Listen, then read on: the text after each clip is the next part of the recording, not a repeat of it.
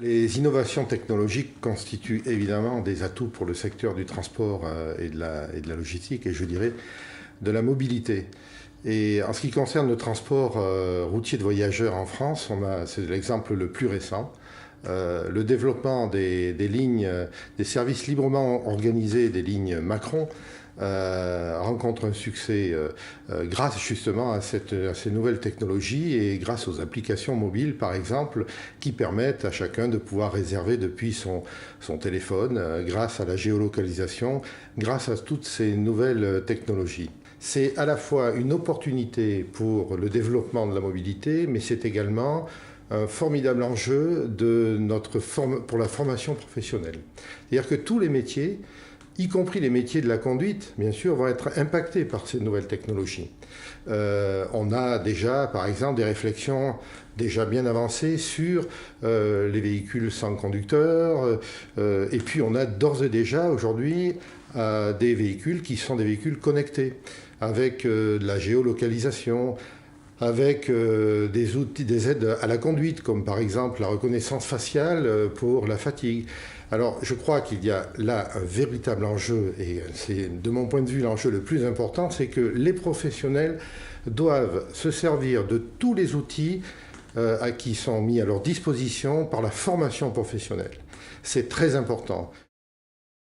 Le contrat personnel d'activité doit être un passeport ou un statut du travailleur. Dans ce passeport, il doit y avoir autant le contrat de travail du salarié que sa formation professionnelle, que ses droits sociaux, c'est-à-dire sa protection, sa mutuelle, sa prévoyance. Et ce contrat, je dirais, personnel d'activité doit être un passeport virtuel puisqu'on est en dématérialisation totale, au même titre qu'il aura sa fiche de paie qui sera dématérialisée et qui sera dans son compte personnel d'activité. Il pourra avoir accès à ses formations, à tous les droits en cas d'invalidité, en cas d'accident, en cas de problème de maladie, etc. Il y a des travailleurs qui sont, je dirais, des auto-entrepreneurs. Ces salariés-là ne sont pas protégés. On a vu les cas de Uber, qui fait que les salariés sont des auto-entrepreneurs avec aucune protection sociale, ce qui n'est pas normal. Donc vous avez des livreurs aussi qui aujourd'hui se plaignent de n'avoir aucune protection sociale, de ne pas avoir de garantie de protection en tant que salarié. Et donc il faut qu'on repense à toutes ces choses-là.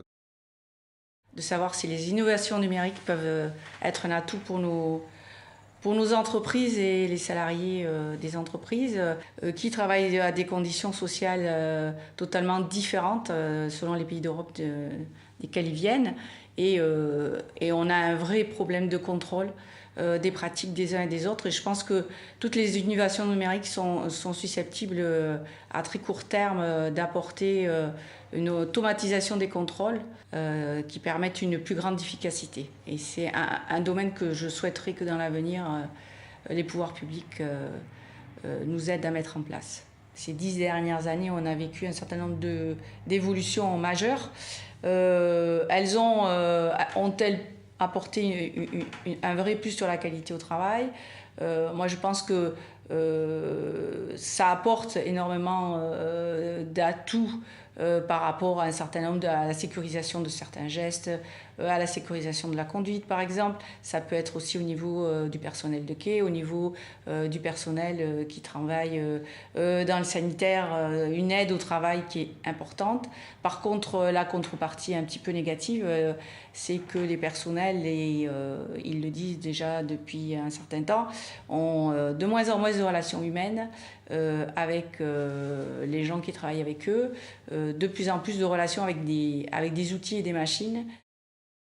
Les innovations numériques peuvent apporter un certain nombre d'aspects bénéfiques pour le secteur du transport, à la fois en termes de réponse à des demandes et notamment de nos concitoyens, des consommateurs. Et puis évidemment, ça peut être une réponse à des questions pratiques sur les conditions de travail et la pénibilité dans nos métiers. L'évolution du salariat en tant que telle pose de graves questions sur le devenir de la protection sociale et notamment celle des transports. Et de ce point de vue-là, la CGT revendique depuis des années un nouveau statut du travail salarié, c'est-à-dire des droits acquis à la personne, non plus attachés au contrat de travail, mais bien attachés à la personne qui est transférable d'une entreprise à une autre ou d'un secteur à un autre.